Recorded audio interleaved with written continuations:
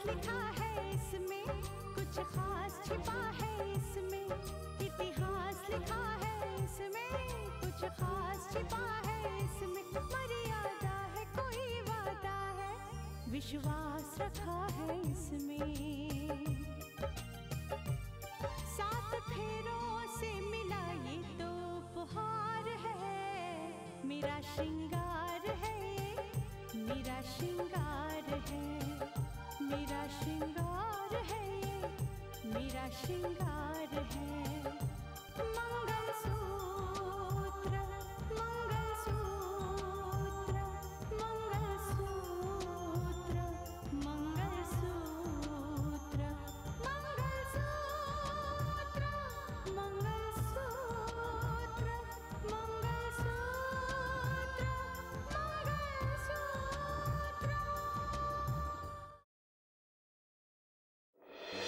से अगर गलती हुई है माँ तो उसका जिम्मेदार मैं हूँ।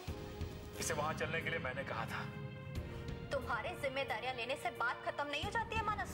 मैं जानता हूँ ना अपनी माँ को, तुम्हें उनकी बातों का बुरा नहीं मानना चाहिए। मानस, मैं बुरा नहीं मान रही हूँ। इस वीडियो को गौर से देखो और फैसला करो कि मेरी जगह कोई और जज होता तो क्या फैसला करता। तुम्हारा काम हो जाएगा। जो हथियार तुम नेताजी की रैली में पहुंचाना चाहते थे ना, वो मैं पहुंचा दूंगा। इस जमालुद्दीन का असली चेहरा सामने लाने के लिए कोई नया तरीका सोचना होगा।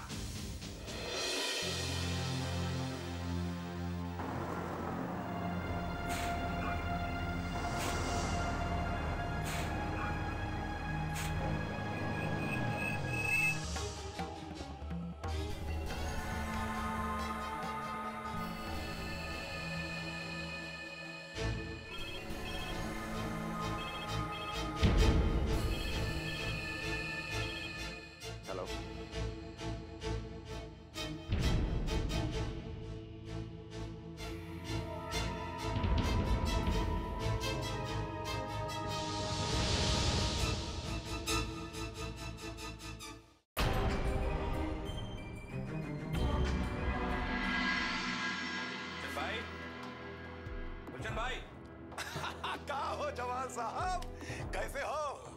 मैं अच्छा हूँ, आपकी दुआएं हैं। लेकिन ये बताइए कि आज याद कैसे किया आप? बताते हैं, अरे बैठिए तो सही। शुक्रिया गुलशन भाई। वो का है ना जमाल भाई, कई बार हम समझ बैठते हैं कि हमने एक खेल खेला और बात खत्म हो गई, लेकिन कई बार ऐसा ना ही होता है। कुछ खेल खत्म होने का नाम ही नहीं लेते। किसकी बात कर रहे हैं आप गुलशन भाई? कहीं आपका इशारा रितिका वाले केस की ओर तो नहीं है? बिल्कुल ठीक समझे आप, हम उसी की बात कर रहे हैं। अरे भैया, हम तो समझ रहे थे कि हमने जो जाल बिछाया है उसमें फंसकर राकेश जो है पुलिस की गोली से बेमौत मारा जाएगा, पर ये सच नहीं है। ये आप क्या कह रहे हैं? अजी बिल्कुल ठीक कह रहे हैं हम। एक तरफ तो वो ससुरा राकेश जिंदा है और दूसरी तरफ उसकी बीवी रितिका इस जिले की एडीएम बन के आन धमकी है, एडीएम, और वो हमारे खिलाफ जाल बिछा रही है भैया। इसलिए हमने आपको याद किया है कि अब रितिका की नजर उन सब लोगों पर है जो राकेश के केस के साथ जुड़े हैं। ओह, तो ये बात है। रितिका के एडीएम बनने के बारे में मैंने सुना जरूर था, लेकिन ये मालूम नहीं था कि वो गड़े मुर्दे उखाड़ने की कोशिश करेगी। हाँ, वो ससुरी अपनी कोशिश में लगी है, लेकिन हमने एक नया खेल शुरू किया है, नया खेल, और उसमें हमें आपकी मदद की जरूरत है जमाल भाई। गुलशन भाई, मैं हर वक्त आपके साथ हूं। बोलिए, क्या करना है? बताते हैं, सुनिए।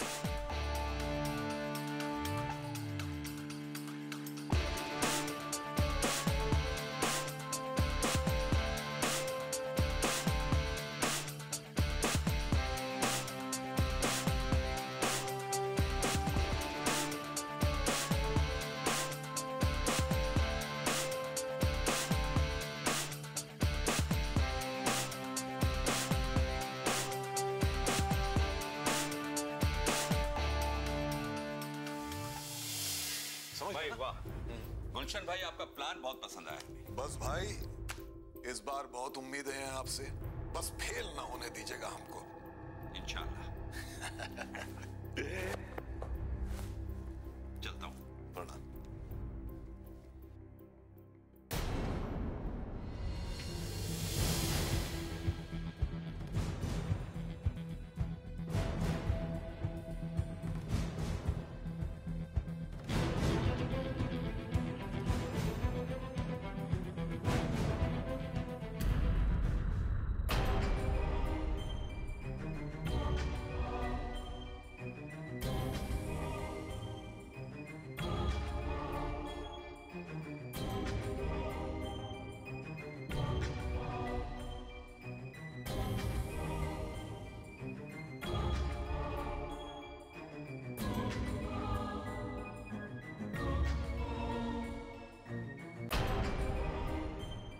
मानस, एक बात पूछूं?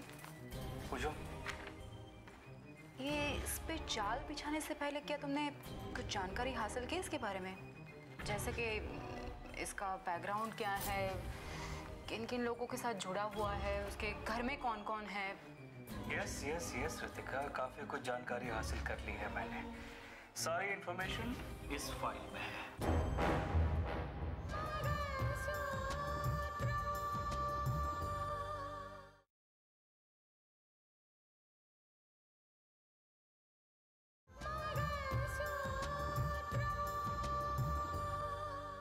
अच्छा, यस। तो क्या पता चला तुम्हें? वेल, ये जमालुद्दीन जो है इसका गारमेंट्स का बिजनेस है। कहने के लिए ये गारमेंट्स एक्सपोर्ट करता है, सिर्फ कहने के लिए। इसके इन्वॉल्वमेंट गलत धंधों में है। अच्छा, अच्छा, इसका बैकग्राउंड क्या है? बैकग्राउंड तो ये है कि 15 साल पहले मिस्टर जमालुद्दीन जब भोपाल से यहाँ आए थे तब एक मामूली से सेल्समैन थे। उसके बाद गुलशन शाह की कंपनी ज्वाइन की इसने, वहाँ कार्यकर्ता का काम करता था। फिर अचानक खुद का बिजनेस शुरू कर दिया, खुद की कंपनी फ्लोट कर दी। स्ट्रेंज। अच्छा, तो इसका मतलब ये है कि जो कोई भी तरक्की हुई है वो गुलशन शाह की वजह से हुई है। ये जितना भी आगे आया है वो सिर्फ और सिर्फ गुलशन शाह की वजह से। Well right. और आज भी दोनों के बीच में बहुत अच्छे संबंध हैं। आज जमालुद्दीन के पास बंगला है, गाड़ी है, प्रॉपर्टीज है, और ये सब इसने सिर्फ 8 सालों में हासिल की है। Only 8 years। इसके घर में कौन कौन है, कुछ पता है? बूढ़ी माँ है, बीवी है, 2 बच्चे हैं, एक बेटा एक बेटी। दूसरी बीवी है। दूसरी बीवी? कहा ना, बहुत ही अय्याश है ये। दूसरी बीवी है जो इंदौर गई है फिलहाल। घर का माहौल कुछ ठीक नहीं है, क्योंकि इसकी हरकतों से घर वाले हमेशा परेशान रहते हैं। Okay.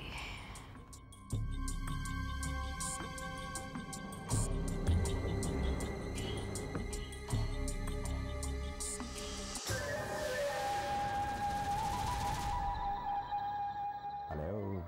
Hi Jamal, how are you? मैं ठीक हूँ जान, लेकिन तुम्हें बहुत याद करता हूँ। कब लौटोगी तुम? आप जब कहें मैं वापस आ जाऊंगी। लेकिन ये बताइए कि मेरे मकान का क्या हुआ? अरे तुम आ जाओ, तुम्हारी पसंद का मकान भी ले लेंगे। देखिए, मैं आपके उस घर में आपकी फैमिली के साथ एक पल भी नहीं रह सकती। मेरा वहाँ दम घुटता है, ये आप अच्छी तरह से जानते हैं। देखो जानो, मेरी मुश्किलें और मत बढ़ाओ।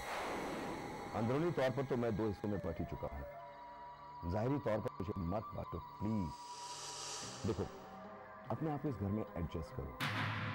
चाहो तो तुम्हारे लिए मुलाजिम अलग रख देता हूँ, और चाहो तो अपना किचन अलहदा कर लो। जरा सोचो, मैंने अगर अलहदा तुम्हारे लिए मकान ले लिया तो तुम्हें भी प्रॉब्लम होगा।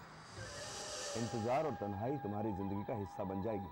ठीक है, मेरे कमरे की सफाई करवा दीजिए, मैं कल ही वापस आ रही हूँ। Okay bye.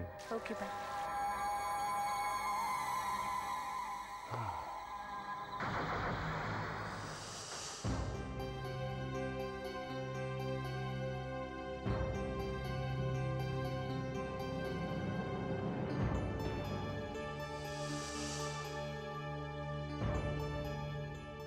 तुमने कभी पूछा नहीं और मैंने कभी बताया नहीं। वैसे भी साक्षी, प्यार करने वाले ये सब देखकर थोड़ी ना प्यार करते हैं, है ना?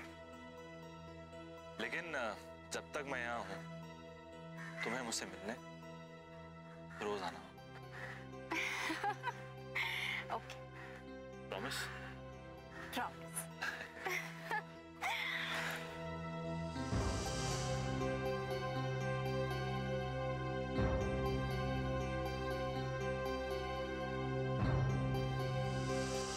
इतनी याद आती है मेरी। हाँ, प्यार तुमसे किया है तो याद भी तुम्हारी आएगी ना। खैर जाने दो, आज तो हम दोनों साथ हैं ना। हाँ।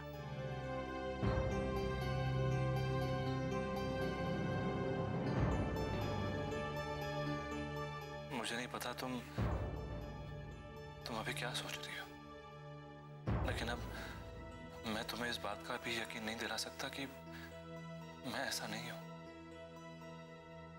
लेकिन मैं तुमसे वादा करता हूं, मेरी जिंदगी में तुम्हारे अलावा कोई और नहीं आएगी।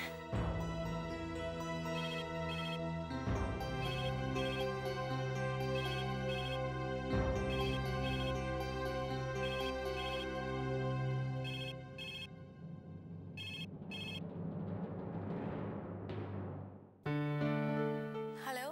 हाय साक्षी।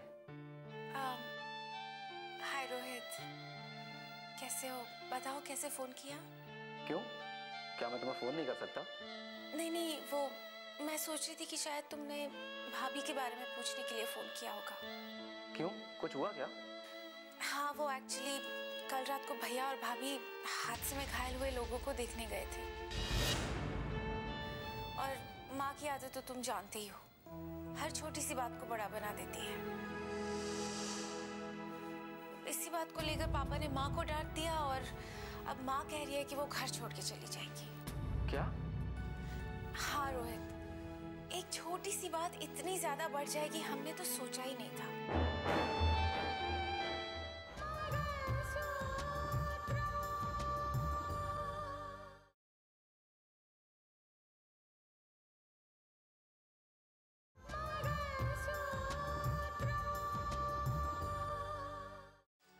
हाँ रोहित, एक छोटी सी बात इतनी ज्यादा बढ़ जाएगी हमने तो सोचा ही नहीं था। माँ को न जाने किस बात की जिद है। खैर छोड़ो ये सब बातें, तुम बताओ तुमने कैसे फोन किया? साक्षी, मैं तुमसे मिलना चाहता हूँ और मुझे कुछ बातें करनी है तुमसे। क्या हम दोनों एक बार मिल नहीं सकते? रोहित, मैं तुम्हें वापस फोन करती हूँ। Okay, bye.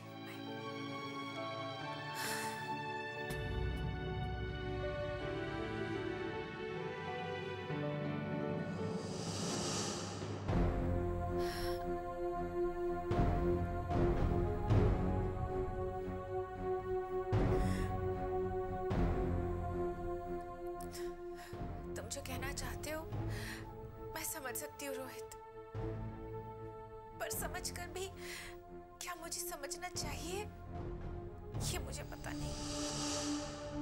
बस इतना पता है कि इस फैसले के लिए अभी मैं रेडी नहीं हूँ। मैं क्या करूँ? एक तरफ राहुल है जिसे मैंने टूट कर प्यार किया, लेकिन पापा की बात सुनने के बाद अब तो ऐसा लग रहा है कि अगर मेरा रिश्ता उस घर से जुड़ जाएगा तो मेरा ये घर टूट जाएगा। मैं क्या करूं?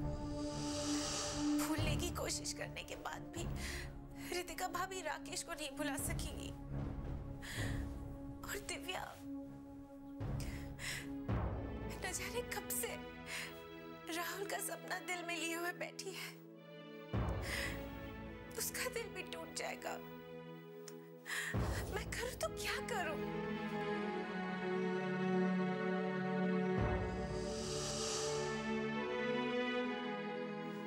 लेकिन क्या राहुल मुझे भूल पाएगा? राहुल मुझे भूलकर दिव्या को अपना ले, इसके लिए मुझे राहुल को छोड़कर किसी और को अपना बनाना पड़ेगा। इसके अलावा मेरे पास और कोई चारा नहीं है। मेरे नसीब में ही लिखा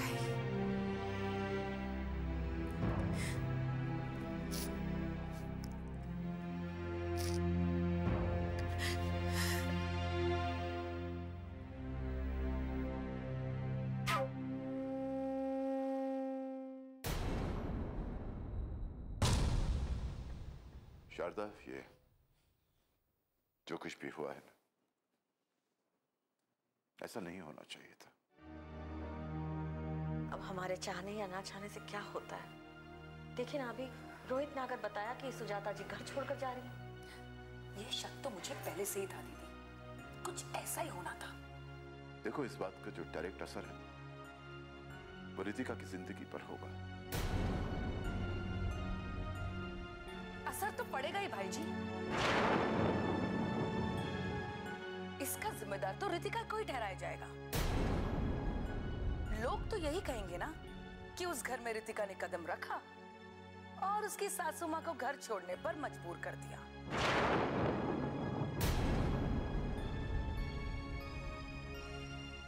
आखिर कलेक्टर जो ठहरी, हुक्म चलाने की आदत जो हो गई है। स्नेहा, ये क्या कह रही हो तुम? ये क्या बकवास कर रही हो? तुम्हारे कहने का मतलब यह है कि रितिका ने अपनी सास को घर छोड़ने पर मजबूर किया है?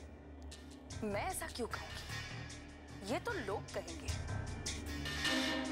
और लोगों की जुबान पर ताला तो नहीं लगाया जा सकता है ना। तो क्या मुझे जाकर सुजाता जी को समझाना चाहिए?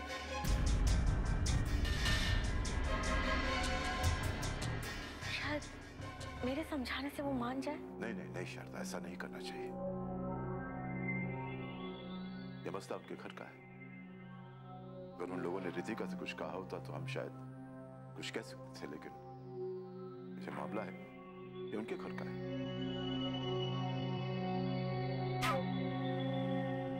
क्या ये सब कुछ जानने के बाद भी हमें चुप रहना चाहिए पापा? आप कम से कम रघुवीर अंकल से बात तो कर लीजिए। नहीं दिव्या, मैं उनसे बात नहीं करूंगा। अगर मैंने उनसे बात की तो वो शर्मिंदा हो जाएंगे।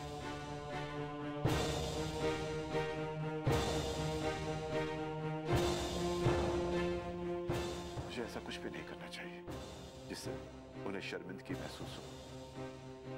हाँ, एक बात हो सकती है शारदा कि अगर तुम रितिका को फोन करो, उससे पूछो कि वो कैसी है, उस घर के लोगों का बर्ताव कैसा है उसके साथ, इतना तुम कर सकते हो। ठीक है, मैं रितिका को फोन करती हूँ। कम से कम वो इतना तो बता ही सकती है कि सुजाता जी अपना घर छोड़कर जा क्यों रही हैं। हाँ, इतना तो कर सकती है।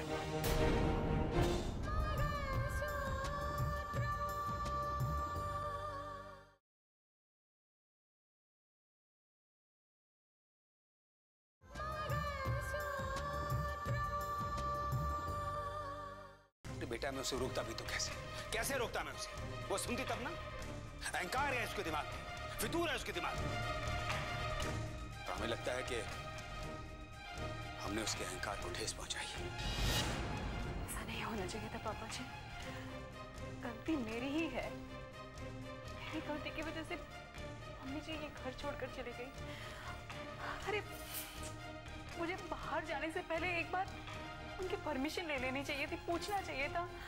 सही कह रही तुम, बिल्कुल सही कह। उसे तो बहू ही ऐसी चाहिए थी जो उसके इशारे पर खड़ी हो जाए, उसके इशारे पर बैठ जाए। लेकिन वो अच्छी तरह जानती थी कि तुम चाह कर भी ऐसा नहीं करोगी। पापा जी, आज के बाद वो जो कुछ भी कहेंगे ना, मैं वही करूंगी। हाँ, बात धीरे धीरे समझ जाती थी। मॉम और ये एक साथ रहते तो एक दूसरे को समझ लेते थे। आपको मॉम को रोकना चाहिए था। बेटा, पता है पापा जी, अगर मानस मुझे पता होता ना कि मम्मी सुबह सुबह चली जाने वाली है तो मैं जाती हूँ, उनको मनाती हूँ, मैं उन्हें जाने। अरे नहीं बेटा नहीं, तुम उसे मनाती नहीं, उसे मनाने की कोशिश करती। और वो कोशिश मैं हजारों बार कर चुका हूँ, हजारों बार। मैं सुजाता को अच्छी तरह से जानता हूँ, समझता हूँ। अगर तुम उसे मनाने चाहती तो वो तुम्हारे सामने एक शर्त रखती। कहती कि बहू, क्या तुम बहू का फर्ज निभाने के लिए अपनी नौकरी छोड़ सकती हो, इस्तीफा दे सकती हो? ये क्या बात हुई डैड? रितिका ने इतनी पढ़ाई लिखाई करने के बाद क्या ये ओहदा इसलिए हासिल किया कि बहू बनने का फर्ज निभाने के लिए इस्तीफा दे दे? ये मैं भी नहीं सोच सकता, लेकिन क्या करूं? तुम्हारी मां की सोच भी तो नहीं बदल सकता मैं जानता हूं बेटा, तुम्हें इस बात का बेहद दुख है, लेकिन तुम इस सब के लिए खुद को जिम्मेदार मत समझना। सुजाता गुस्से में यहां से गई जरूर है, लेकिन मुझे पता है वो जल्दी वापस आएगी। हम क्या बैठे बैठे उनका इंतजार करते रहे? हाँ बेटा, हो सकता है कि गुस्सा उतरने पर वो वापस लौट आए, लेकिन अगर तुम लोग उसे मनाने गए तो ये भी हो सकता है कि उसका वापस आने का वक्त थोड़ा और लंबा खिंच जाए। बेटा वो नाराज होकर अपने पिता के घर गई है, और पिता का घर बेटी को ज्यादा दिनों तक रास नहीं आता है। चिंता मत करो, वो आएगी, बहुत जल्द वापस आएगी।